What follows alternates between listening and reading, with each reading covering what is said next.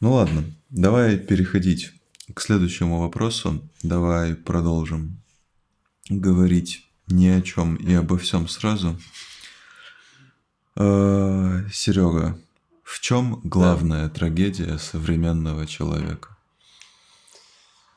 Я- Ты знаешь, это такой трудный вопрос. В чем главная трагедия современного человека?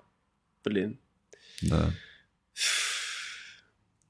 Я думаю, что это та же самая трагедия, которая была и 200, и 300 лет назад. в чем Может, трагедия человека? в том, что мы...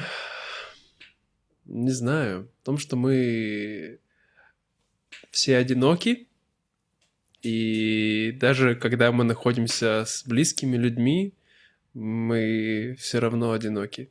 Мы приходим в этот мир одни и уходим из него одни. И мы М, просто не хотим это признать, мы не хотим об этом думать, но это так, я считаю. Это было так всегда и так будет всегда. Но чем скорее мы это поймем и примем, то, я думаю, тем будет лучше для каждого из нас. Да, Вот. да, я с тобой согласен, и это грустно. Это грустно, да, но вот это в часть того, чтобы быть человеком.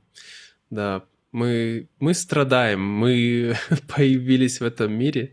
Я не хочу, может быть, сильно углубляться, потому что я все-таки смотрю на многие вещи в нашей жизни сейчас через призму буддизма, потому что я очень глубоко изучаю буддизм последние несколько лет. Вот. Ну, я думаю, просто вот, да, наша неосознанность влечет кучу проблем. Вот.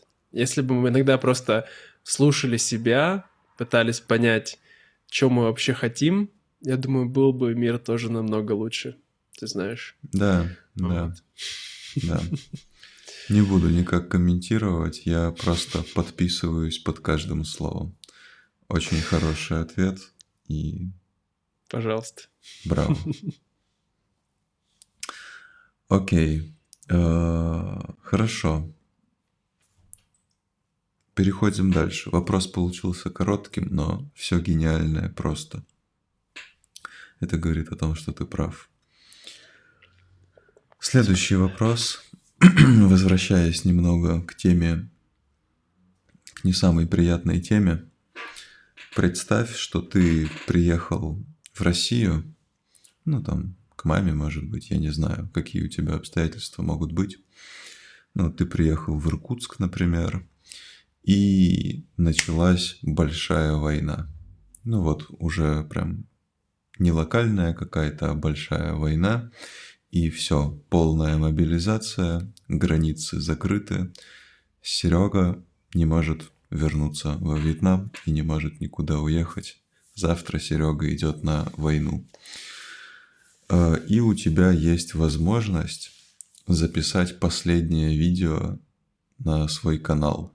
Ну, скажем так, если она у тебя есть, это не значит, что ты это должен делать, Мгм. но давай Мгм. представим, что тебе надо что-то сделать. Мгм. Тебе Мгм. надо записать какое-то видео и что-то сказать людям. Вот у тебя на канале, если я не ошибаюсь, больше, чем 70 тысяч человек формально.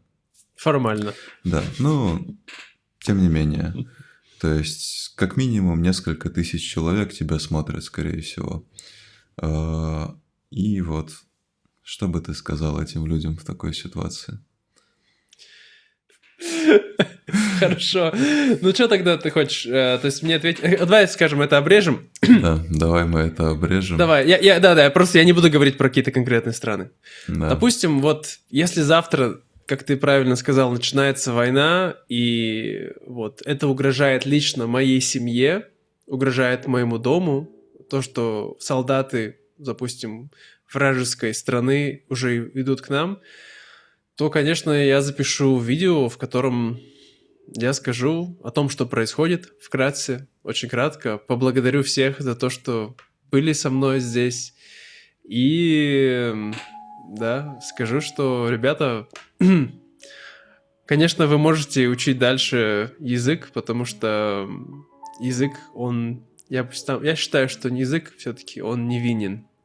То есть это просто вот такое, знаешь, сфера, поэтому я языковой либерал, скажем так. Есть, знаешь, грамматические нацисты, да, граммар нации. Я Мгм. все-таки либерал, и поэтому считаю, что вот в плане языка, то есть он вообще ни при чем, и не Мгм. надо его трогать. Поэтому, друзья, если вы хотите изучать, изучайте, не чувствуйте никакой вины.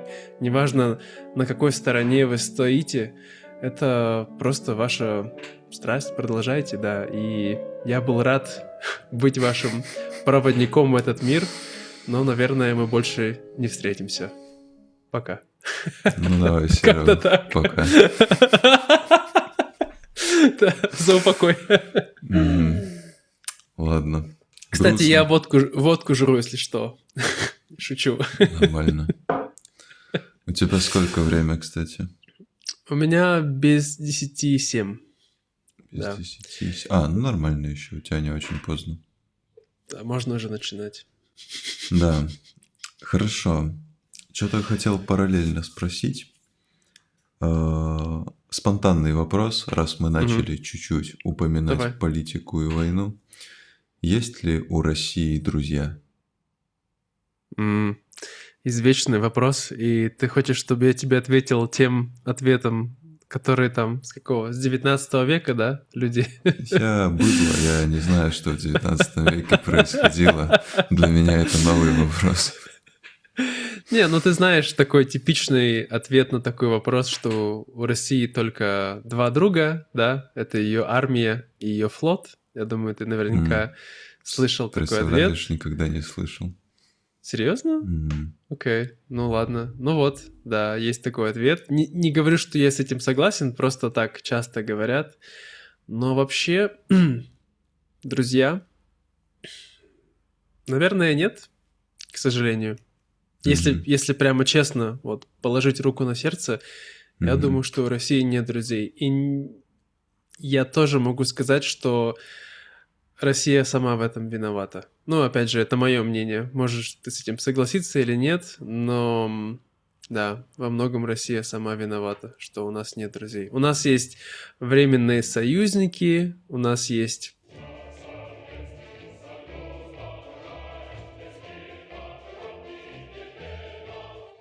Но прямо вот друзей, которые нам помогут в любой тяжелый момент, всегда нет. Я с тобой согласен почти во всем. Я с тобой согласен в том, что у России нет друзей. И это факт. И поэтому русские люди должны быть друзьями друг для друга. Я считаю, Да. что это очень важно. Русская дорога. Русская дорога. Куда едем? Была такая песня, не знаешь, Игорь Растеряев. Я даже не знаю такого человека. Он сочинил одну очень популярную песню, я думаю, лет 15 назад тоже, как раз, когда я заканчивал школу. Называлась Как? Подожди. Подожди, извини, у меня начинается... Комбайн. Комбайн же, да? Комбайн Машина. через М. Да, извини. Я не знаю тоже. Не, вот, теперь мы тоже. Наверное, комбайн. Я думаю, комбайн. Так, комбайн. комбинировать, да, комбайн. Да. Значит, комбайнеры. Песня была такая у него. Такая немножко сатиричная песня про то, как там в Москве, скажем, все соевые мальчики, а вот настоящие мужики работают в деревне. Так. И он сочинил много подобной музыки, но, как ни странно, у него очень такие, знаешь, классные. Он играет на баяне, вот, поет, и у него есть, называется «Русская дорога», что это, типа, наш самый главный друг, что она там и заморозит, и там в грязи все враги погибнут. Вот, да, ну, это такая... Это такой шуточный ответ, конечно, да, ну, как-то так. Понимаю. И хотел бы маленький комментарий дать со своим мнением. Мне кажется, Россия виновата в том, что у нее нет друзей на 50%. Безусловно. Вот. Это Знаешь, мое мнение. Я с тобой согласен. В любых отношениях, как говорится, виноваты оба. Ну, Да, да, я с тобой согласен. Да. Хорошо. Ну ладно, сложно не говорить про Россию, но попробуем все-таки перейти к другому вопросу. Давай. Серега, я вот летом, в мае, в июне, я вот Мгм. курьером пару месяцев работал. М, Может, знаешь контору «Самокат»? Слышал, Ну, да. Я, короче, честно, никогда лично сам не использовал, но слышал, да. да. Не И хочу это делать прям рекламу. на самокатах? Не-не-не, она почему-то Нет? так называется, там вообще нет Окей. самоката. Я не хочу делать рекламу, про них много Мгм. говорить, вообще ничего ни плохого, ни хорошего. Это, короче, да и вообще не важно. Просто я работал курьером на велосипеде. Мгм. И там был Круто. один парень-курьер из Иркутска. Его Мгм. Петя зовут. И вот он работает в Питере пожарным, но так как пожарные получают очень мало, то, ну, у них как бы смена и потом очень длинные выходные, и в эти выходные он работает курьером.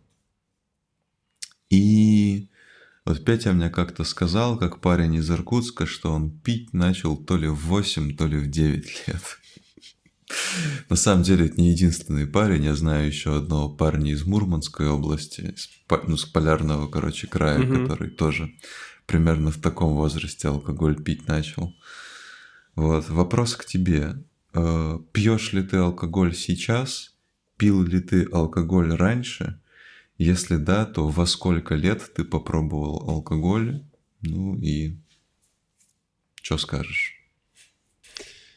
Я думаю, что вопрос, во сколько лет ты попробовал алкоголь и во сколько лет ты начал пить алкоголь, немножко разные вещи, ты Ну, понимаешь, да? давай все-таки про то, во сколько лет ты начал его пить.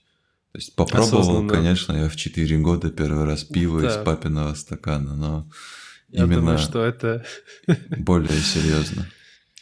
Ты знаешь, я думаю, что прям, если мне не изменяет память, когда это стало более осознанно, я думаю, наверное, в классе 5 или 6. То есть, наверное, мне было лет... Смотри, я пошел в школу в 2000 году, я пропустил 4 класс, то есть, наверное, лет 10-11. В Да. 10-11 ты начал осознанно пить. Ну, окей, не 10, хорошо, давай 11-12. Наверное, все-таки, да, вот ближе Какая 12 разница? точно. Между прочим, большая разница. Я Не, как ну для педагог, детства, который да. учил детей, вот прям там как бы каждый год это прям вообще Ну, конечно. разные вещи. Конечно, Вот. да. Да, наверное, 12 лет, когда ты уже ощущаешь себя таким, знаешь, крутым, взрослым таким, ебать, я уже вообще тут сейчас А что пили? всем... Ну, конечно, пиво, я думаю, наверное, А тебе самое в 12 обычное. лет нравилось пиво? М, тут фишка была не в том, что тебе оно нравится или нет. Фишка была в том, чтобы нажраться, Ну да, да. понимаешь? Но ты нормально мог Вот. его пить в 12? М, Ну, так понемногу, да, как бы обычно мы покупали одну такую сиську, мы называли Классика, это. классика тоже. Сиська. Сиська Голф Майнбир такая здоровая. Да, это 5 литров, и пиво называлось «Толстяк». Я не помню, ты помнишь, такой бренд был? Там была Ну, я помню, очень у да. них угарная реклама, прям очень хорошая. Ты где был, пиво пил, да, вот это. Ам, да, и, ну, мне кажется, я вот точно не помню, но, может быть, еще я и мой друг, мы жили на даче, Мгм. и на даче, ты знаешь, была такая раньше мода, может быть, у твоих родителей тоже, покупать вино, вот не в таком, знаешь, бутылочка вина, а сразу там 20 литров, такие картонные, с маленьким кранчиком. И Мгм. 20 литров вина, и это вино, не пиво. И ты можешь так сделать раз, никто не заметит. Конечно, конечно. Я думаю, что мы своим другом, пока жили на даче, отцовское вино, я не знаю, сколько литров мы выхлебали, но я думаю, что если бы они реально обратили внимание, они бы точно заметили. Но я думаю, что там, да, литра 2-3 вина. Но это было на протяжении нескольких недель. Мы Мгм. точно выпили. Да. Классика. И да, поэтому, ну, да, я думаю, что мы пили пиво. Но я думаю, что когда мне было лет 13-14, тогда прям уже начали пить водку, делать разные коктейли, мешать. Да, я не знаю, как... Мне кажется, так было почти везде в России. Это даже не то чтобы Иркутск. Да. Но вот 13 лет пить, это прям... Если ты не пьешь в 13, значит, ты лох какой-то. Да. Значит, ты ботаник, я не знаю, чем ты занимаешься. Вот. И, ну, это, к сожалению, по крайней мере, в наше время. Я не знаю, как сейчас. Вот. И, да, я этим не горжусь. И я сейчас, кстати, если говорить, я не пью алкоголь, не по каким-то спиритуальным причинам. Тут скорее, наверное, просто я как-то в какой-то момент понял, что когда у меня на следующий день похмелье, я чувствую себя плохо, мне просто не круто, Да, понимаешь? И понимаю. вот для меня было нетрудно просто взять и перестать его пить. Я все равно пью иногда на какие-то праздники. Например, через неделю у нас будет Рождество здесь, во Вьетнаме. Ну, это вьетнамцы не христиане, но у нас друзья есть иностранцы. И будет вечеринка, да, и будут делать глинтвейн. Я люблю глинтвейн, я попью немного, да. Прекрасно понимаю все, что ты сказал, и все, чем ты начал, все, чем ты закончил. Я очень понимаю твою историю отношений с этиловым спиртом. У меня все очень-очень похоже вот от начала до конца. Ну вот был момент, когда... Это реально, я помню, Задорнов, что ли, шутил, или кто другой, что в Америке там они пить начинают, там во сколько, 18-21, а в России заканчивают. Да. И у меня, я думаю, что когда мне было 16, я прям осознанно перестал пить алкоголь, прям вообще, как отрезал. Я думаю, что я года 2 держался.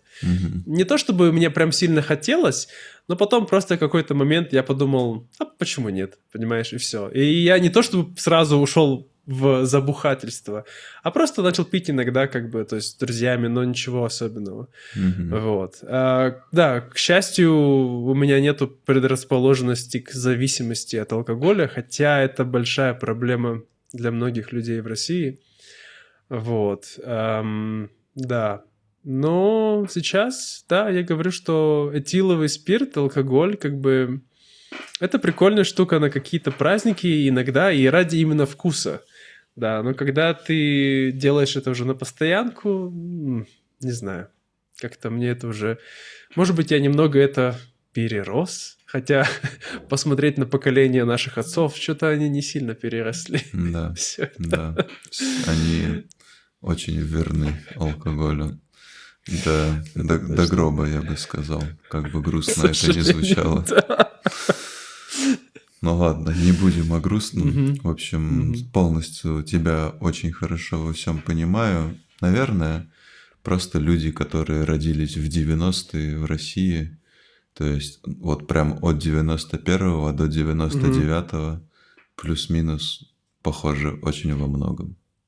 Я это понял, когда увидел твое видео, где ты в героев третьих играешь. Я прям понял, ну, блядь, все. Я понимаю этого человека. У меня все вопросы отпали.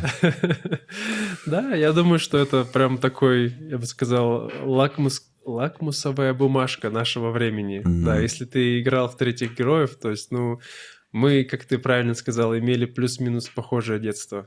Да. Может быть. Да. Хорошо. Да, такая мысль вообще нравится мне вот про это слушать и осознавать, что общаешься с разными людьми со всей России, и вот одно и то же везде. Вот типа возьми, я из Великого Новгорода, то есть я 18 лет прожил между Москвой и Питером. Вот типа берешь пацана из Великого Новгорода, пацана из Иркутска и из Владивостока, и у них абсолютно одинаковое детство, абсолютно одинаковый язык вообще, то есть какие-то разные нюансы, может быть, но при этом, ну, вы чувствуете, что вы как будто просто с разных улиц одного города. Да. Это, ты думаешь, интересно. Те, кто в то же самое время рос с нами, но выросли, например, в Питере или в Москве, думаешь, они сильно отличаются? от нас? Я думаю, что нет, но у них вот именно вот эти нюансы чуть-чуть, ну, как бы сильнее отличаются. Я это говорю сейчас без негатива, но мне кажется, что в Москве и в Питере больше вот какого-то такого, во-первых, своей богатой культуры, не обязательно красивой, но вот именно там много какой-то уникальности. И больше, мне кажется, какого-то культурного эгоцентризма вот в этих городах. Я это говорю без негатива, потому что я сам много лет жил и в Москве, и в Питере, и я это начинаю чувствовать. А я говорю с негативом. Я, к сожалению, в этом плане весьма стереотипный провинциал. Ну давай. Потому что, да, Москва, зажрались. Да, люди не люди. Но ты знаешь, это забавно. Я потому что какое-то время думал, что я с питерцами найду больше язык, но как бы по моему личному опыту и по опыту моего лучшего друга, который прожил в Питере несколько лет, то есть, ну, люди очень разные. Между, ну, по крайней мере, как бы у нас, мне кажется, в Сибири, и вот люди там. И, может быть, опять же, это чисто восприятие любого человека, который приезжает в новый город, который не его город. Но как-то, да, то есть скорее больше негативное отношение, но это отдельная тема, я думаю, что мы можем потом с тобой целый подкаст на эту тему записать. Да, я уже думаю, что я это видео буду резать на разные эпизоды. Посмотрим. Вот, потому что сейчас, подожди, скажу быстренько. Последняя вещь, которая мне так сильно в меня это закрепилась, это ты читал Глуховского? Я «Метро» читал. Метро читал, да? Первую а ты не читал книгу. «Пост»? Нет, не я слышал? читал только «Метро 2033». У него вышла аудиокнига, то есть, которую он сам озвучивал. «Пост» называется. Там 2 части. Охуенные. Я тебе очень рекомендую. И там вот прям очень хорошо показывается такой конфликт. Вот именно постапокалиптической России, но в которой все равно сохраняется разница между Москвой и всей остальной Россией. Так Понимаешь? это и в «Метро» тоже как бы это... Ну, да, в «Метро» я, к сожалению, не читал, я только вот чуть-чуть начинал, вот, но я очень хочу прочитать «Метро», наверное, это будет следующая серия книг, которые я хочу почитать, вот, но... Если ты собираешься читать в «Метро», очень рекомендую первую, как минимум, часть, дальше я не читал. И обязательно рекомендую поиграть в «Метро 2033 Exodus». Это пиздец, что за игра вообще. Ну, типа, вот если бы я мог привести какие-то, знаешь, произведения искусства для погружения в русскую культуру, среди них бы обязательно было «Метро 2033 Exodus». Это вообще прям... трип какой-то. Очень круто. Интересно. Я обязательно, да. Я очень, ты знаешь, я не против видеоигр. Я очень люблю, когда, ну, ты видишь, я делал несколько видео, ну, по крайней мере, по этой игре. Просто проблема сейчас в том, что я так много времени провожу за компом из-за работы, поэтому в любое свое свободное время, если я могу, я стараюсь не проводить за компом. Ну, любым экраном. Поэтому сейчас мое все это настолке, как бы. Я думаю, кто смотрит мой канал, точно знает, потому что, ну, я люблю играть. И играть не в том плане, как, знаешь, я люблю играть на деньги, да. То есть, ну, люблю как бы разные истории, интересные квесты и тому подобное, да, но... Да, к сожалению, видеоигры пока сейчас нет. Такая мечта есть, когда буду старым дедом, когда уже уйду на пенсию и не буду работать, и буду в свободное время заниматься фигней, то тогда можно будет реально сесть и все эти игры переиграть. Если будет на чем, если мы вообще будем старыми дедами, если мы доживем. Да, это тоже хороший комментарий. Как бы, безусловно. То есть спасибо, что за рекомендацию. Я себе, так сказать, отложил в голове, поставил галочку. Когда будет возможность меньше проводить времени за компьютером, то с радостью в свободное это время посвящу на игру. Да, отлично. Хорошо. Давай перейдем к чему-то другому. У нас уже много времени получается. Ну, еще нормально, еще мы же 2 часа заэтовали. Так что давай, может быть, сделаем 5 минут перерыв.